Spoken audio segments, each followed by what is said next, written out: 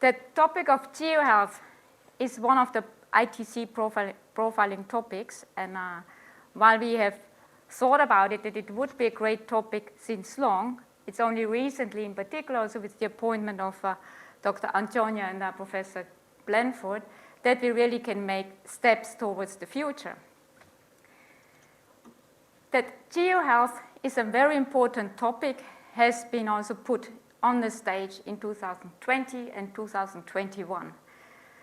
We have seen that the spatial dimension, the spatiality is a very important component for better understanding health events or health hazards.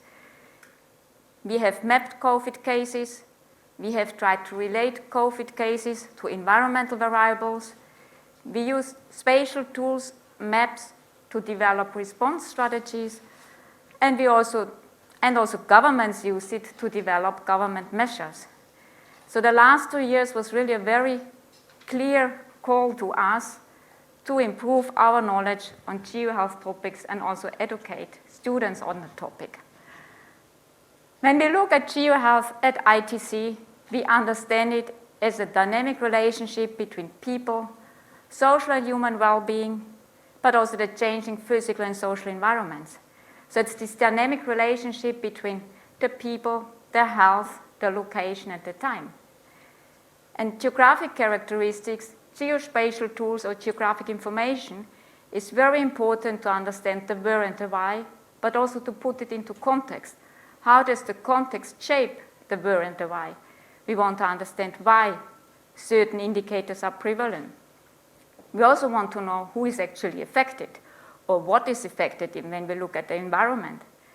And we want to explore how we actually could potentially address the problem, designing interventions, mapping different environmental characteristics, trying to mitigate health risks, for example, trying to reduce urban heat through green infrastructures, but also trying to improve health infrastructures and the access to health services.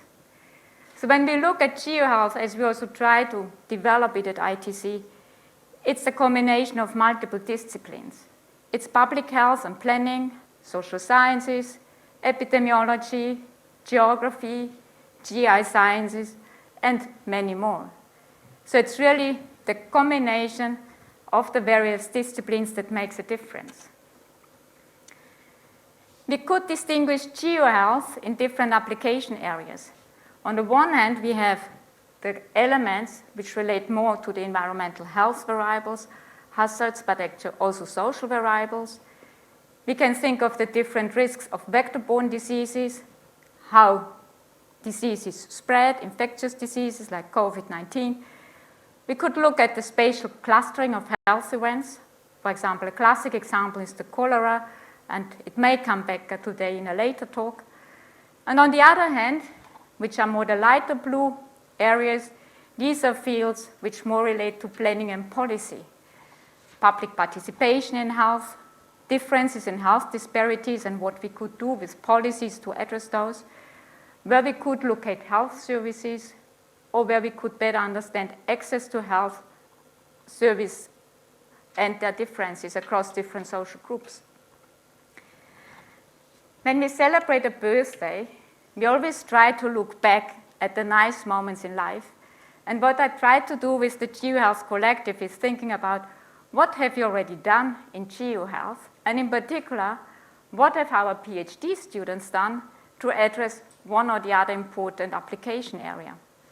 What you can see in blue, these are the past PhD theses, and in green, these are ongoing PhD theses. And what you can see is that already in 2007, we had the first PhD thesis on access to health services, and in particular looking at spatial justice by one of our organizers, Dr. Ahmer.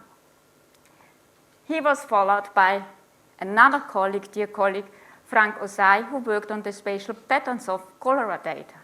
So that was already in 2010. So we already have early traces of developing, working on Geo-Health aspects.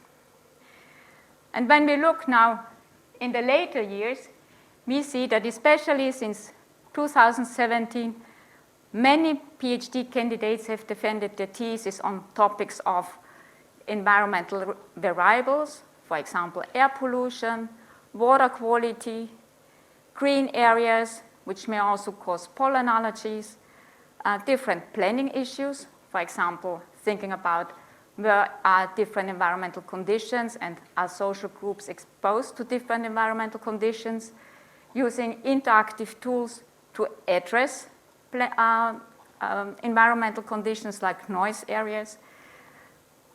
On the right side, you see also that we have mapped different kinds of patterns and trying to understand how diseases actually diffuse. One of our organizers also developed a PhD thesis on agent-based modeling and understanding how different diseases can diffuse, think about decisions agents make. We also had studies on the risk of vector-borne diseases, for example, mapping tick bites, but also there really look how volunteered geographic information could help to collect data on tick bites. And while many of the topics focus on health, public health, we also shouldn't forget there is also plant health or the health of different environmental variables. And we also have a current thesis going on plant diseases and pests. So what we can see on the slide, that on the top, we already do many different things, and there's also scope to develop more the social side of health aspects. And I guess with the start of our tenure track candidate, Dr. Antonio, that won't be a big problem. The organizers have put together a very interesting program. In the morning, after the opening of this seminar, we have two very interesting keynote presentations, and the presentations focus on Geo-Health in research and practice. In a couple of minutes, we will invite our first distinguished speaker, Professor Dr. Jörg Utzinger. He is a director of the Tropical and Public Health Institute in Switzerland, and at the same time, he's also professor in epidemiology at the University of Basel in Switzerland. So he will be introduced later on, so I don't want to go into deep in the profile of the different speakers right now. He will be followed by a keynote on site. So Dr. Jörg Utzinger, he will be online, and then we have a keynote on site by our professor, Justin Blanford, and we are looking forward to hear about your passion about using geoinformation to analyze spatial and temporal patterns of disease outcomes and spread of diseases. After the keynotes, there will be a coffee break. Coffee will be served outside. And then we have a session with Dr. Osai and Dr. Abdul Karim on a different career path after defending your PhD thesis or after working on health, having graduated in an MSc education. So it's a hybrid session, and please participate, because this will be a very interesting session of, if you're interested in the topic of Geo-Health, to understand better of how you can set next steps in your career.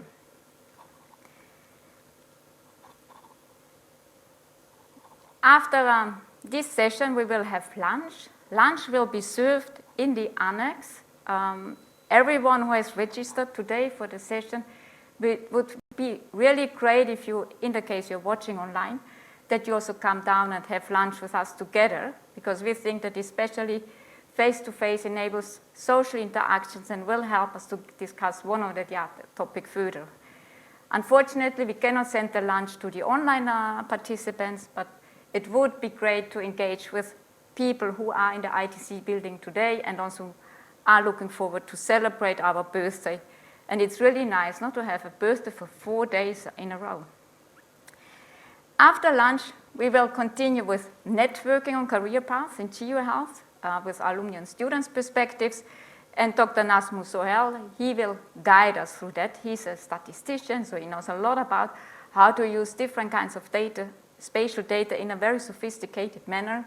So I think this is a very interesting session, and many people also will contribute with their pitches and their short talks. At the end of the day, we would like to close with a collaboration and a networking session. Since a couple of months, we're talking about how could we connect different disciplines and different people together to make the next steps in Geo-Health.